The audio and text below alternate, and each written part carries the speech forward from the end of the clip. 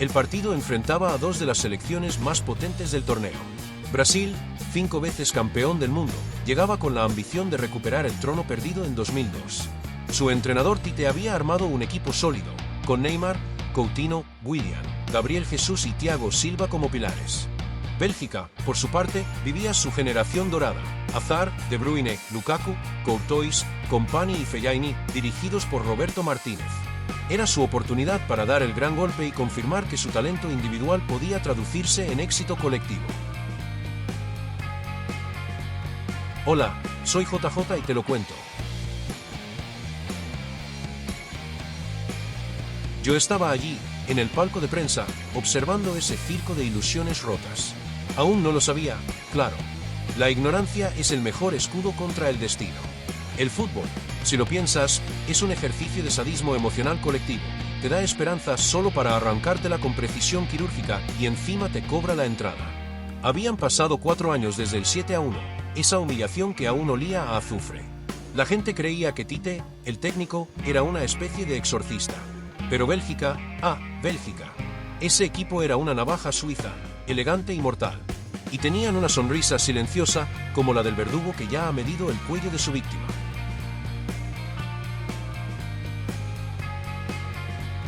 La confianza de Brasil era un castillo construido sobre arena mojada por las lágrimas del pasado. Habían sorteado la fase de grupos y despachado a México con la suficiencia de un campeón que bosteza. El juego bonito ha vuelto, rezaban los titulares, como si fuera una resurrección divina. Y sin embargo, si mirabas de cerca, veías el tic nervioso en la mandíbula de Marcelo, la forma en que Thiago Silva evitaba mirar al fondo de la portería. Nadie quería creer que debajo de esa sonrisa de póster se escondía el mismo temblor atávico que ha perseguido a la Selecao desde el maracanazo. Del otro lado de la moneda, los belgas eran el caos controlado. Eran un equipo que se había tragado su propia muerte en octavos contra Japón y habían escupido un milagro, remontando un 0-2. Habían visto el abismo y habían regresado más hambrientos. Si alguien iba a matar a un gigante, no sería un caballero blanco con espada, sino esta banda de pícaros y talentos dispares. La remontada contra Japón no fue una victoria, fue un bautismo de sangre. Ahora sabían que podían volver de cualquier parte. La duda ya no era su carga, sino la de Brasil. A veces el fútbol se siente como una tragedia griega con luces LED, pero esta noche era diferente. Era una obra de Ibsen, oscura, inevitable y con un final terrible para la familia protagonista. Todos los dioses, los de la samba y los del chocolate, estaban mirando. Y yo también, esperando que la historia fuera, por una vez, generosa. Ingenuo. La generosidad no existe en cuartos de final de un mundial. Solo queda la ley del más fuerte o la del más astuto.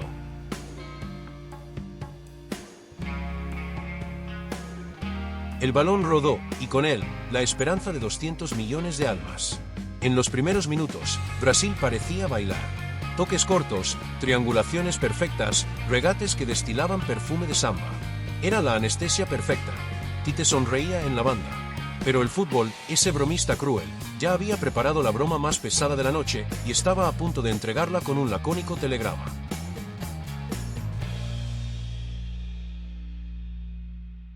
El primer gol no fue un gol, fue un chiste de mal gusto de la propia vida.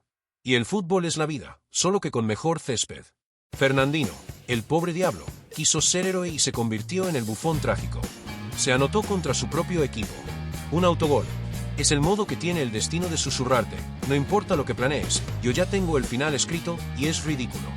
El silencio fue tan profundo que pensé escuchar el tintineo de copas en algún cielo belga. 1-0 y los dioses, efectivamente, habían encendido sus puros de la satisfacción.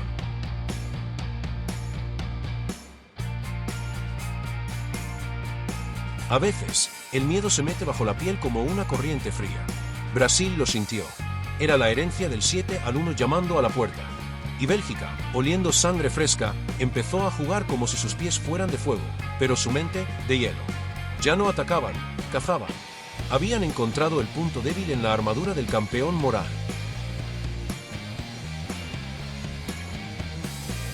Lukaku, un tren de mercancías con botas de fútbol, arrastró la defensa como un perro arrastra una cadena.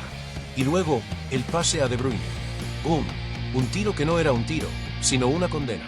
Preciso, violento, inevitable.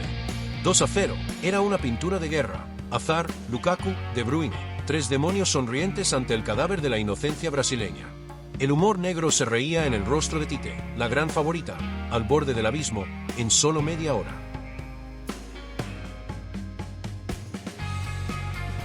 El silencio de un brasileño en un mundial es como ver el mar secarse. Un dolor raro, sordo, casi indecente. Es la desposesión de su única religión verdadera.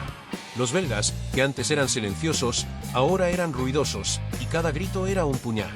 Me di cuenta de que no estaban jugando contra 11 hombres, sino contra el fantasma de 2014. Y ese fantasma era malísimo defendiendo. Tite parecía un gran maestro de ajedrez al que le habían cambiado las reglas a mitad de partida. Brasil no encontraba los espacios, porque Bélgica había tejido una red defensiva con Company como araña central. La posesión de Brasil era estéril, como dinero falso. Daba igual a quién metiera Tite. El problema no estaba en los nombres, sino en el marcador. Y el marcador tiene la desagradable costumbre de ser implacable.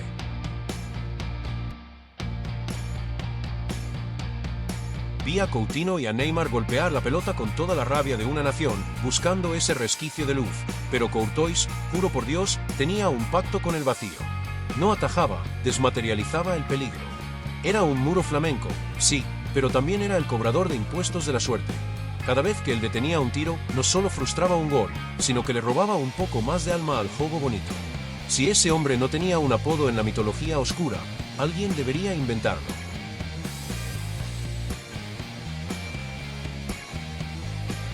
En ese vestuario brasileño no hubo gritos ni platos rotos, me atrevería a decir. Solo el zumbido de un fracaso en ciernes. Algunos pateaban botellas de isotónica. Tite repetía, calma, calma, pero la palabra sonaba hueca, como un tambor perforado. En sus ojos ya se veía el miedo, ese horrible conocimiento de que la historia no solo se repite, sino que se burla de ti mientras lo hace. La calma, en ese momento, era solo la ausencia de una alternativa violenta.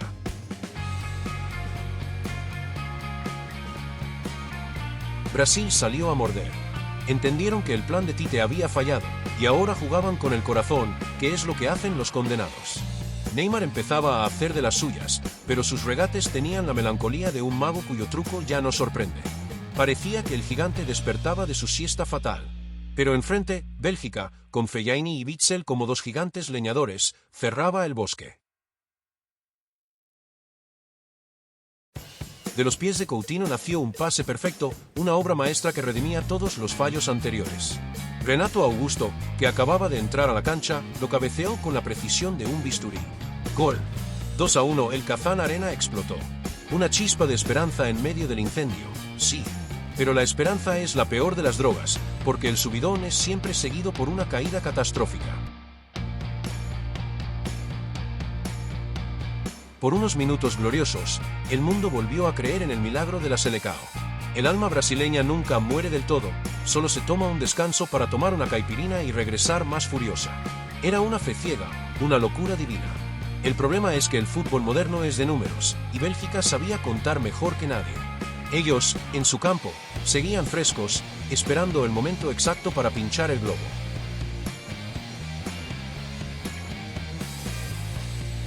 A veces, la red se esconde para burlarse de ti. Coutinho lo tuvo todo, la oportunidad dorada, el silencio exacto del universo, pero el balón, ese traidor caprichoso, decidió visitar las nubes. En el fútbol, no hay casi. Solo hay el gol y la burla. Ese tiro fallado fue el epitafio silencioso de la remontada brasileña. El destino es cruel, pero al menos es conciso. El tiempo corría como un ladrón. Y para Brasil, el ladrón ya había robado todo lo de valor. Bélgica había puesto el autobús, sí, pero un autobús blindado con Company y Alderweireld como guardaespaldas. Era el momento más feo y hermoso del partido, el arte de la destrucción contra la belleza de la desesperación. Y la destrucción, mis amigos, casi siempre gana.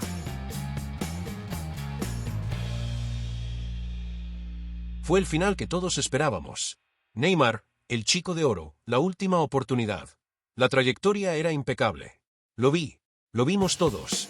Pero entonces, esa jirafa con guantes llamada Courtois se convirtió en un acto de magia negra. Hizo algo que desafió la biomecánica y el sentido común. Y lo sacó. No lo atajó, lo escupió. La gente gritó no por el paro, sino por la injusticia cósmica de ese paro. El milagro murió, con ruido seco, contra la palma de un gigante. Y así, el gigante cayó. No con gritos, sino con un suspiro. 2-1 Bélgica hacía historia a costa de la mitología brasileña. El fútbol había decidido que la lección del 7-1 no había sido suficiente, y que Brasil necesitaba otro recordatorio de que, incluso con 5 estrellas en el pecho, la fragilidad humana es ineludible. Es un deporte cruel, porque en el momento en que más fe tienes, te clava el cuchillo. En ese momento, el fútbol volvió a ser humano. Ni héroes, ni villanos. Solo hombres agotados y la cortesía obligada de la victoria. Hazard, que había sido el puñal más afilado, se acercó a Neymar, el chico roto. Es el momento en que los gladiadores, tras la matanza, se dan la mano. Una formalidad vacía, pero necesaria.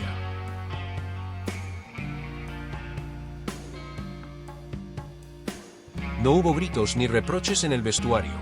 Solo la certeza amarga de que la historia se había repetido, con un marcador más estrecho, pero con la misma herida. No con 7 goles, pero con una derrota que olía a cobardía. Y es que las lágrimas que se derraman en un mundial tienen un sabor peculiar, el de un futuro que no será. Esa noche, Bélgica no solo ganó un partido, ganó respeto. Le dieron una lección a la gran candidata sobre la humildad y la táctica. Demostraron que a veces, el ingenio vale más que la individualidad. Y eso, en el fútbol, vale más que el oro. Se llevaron el premio y, de postre, el alma de la Selecao.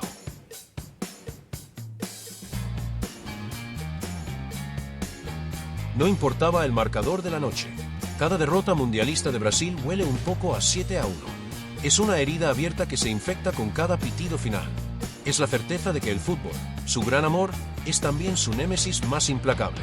Es un legado pesado, eres el mejor, por historia, y el fracaso te duele más que a nadie. Las derrotas también siembran, aunque al principio solo parezcan fertilizante para la tristeza. Brasil aprendió, maduró y tiempo después se consoló con una Copa América, que es como darle un dulce a un niño al que le han roto el juguete favorito. Porque el fútbol, al final, siempre te da revancha.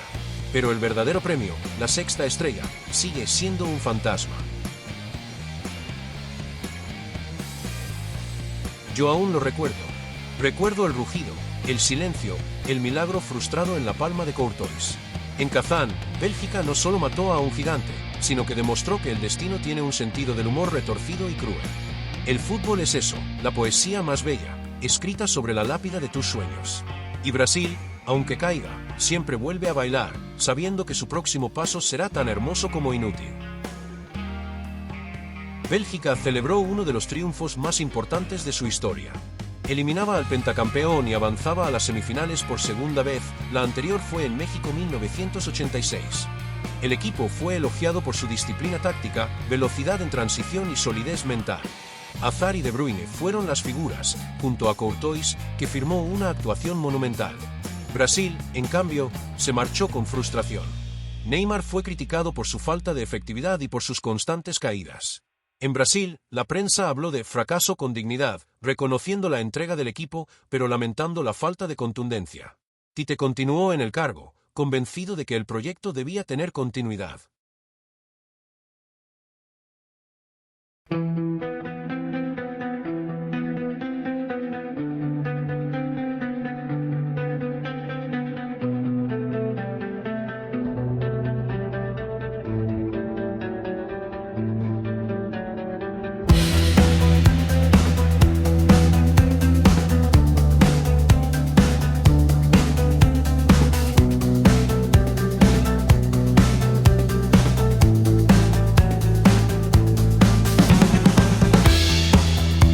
In Kazan the sky was bleeding gold, and shadows danced on broken souls. The crowd forgot how to breathe when the gods fell down to their knees. Fernandinho's touch a cursed eye, and silence swallowed the Brazilian cry. Courtois stood tall, a frozen saint, while Neymar's tears drew sacred paint. And the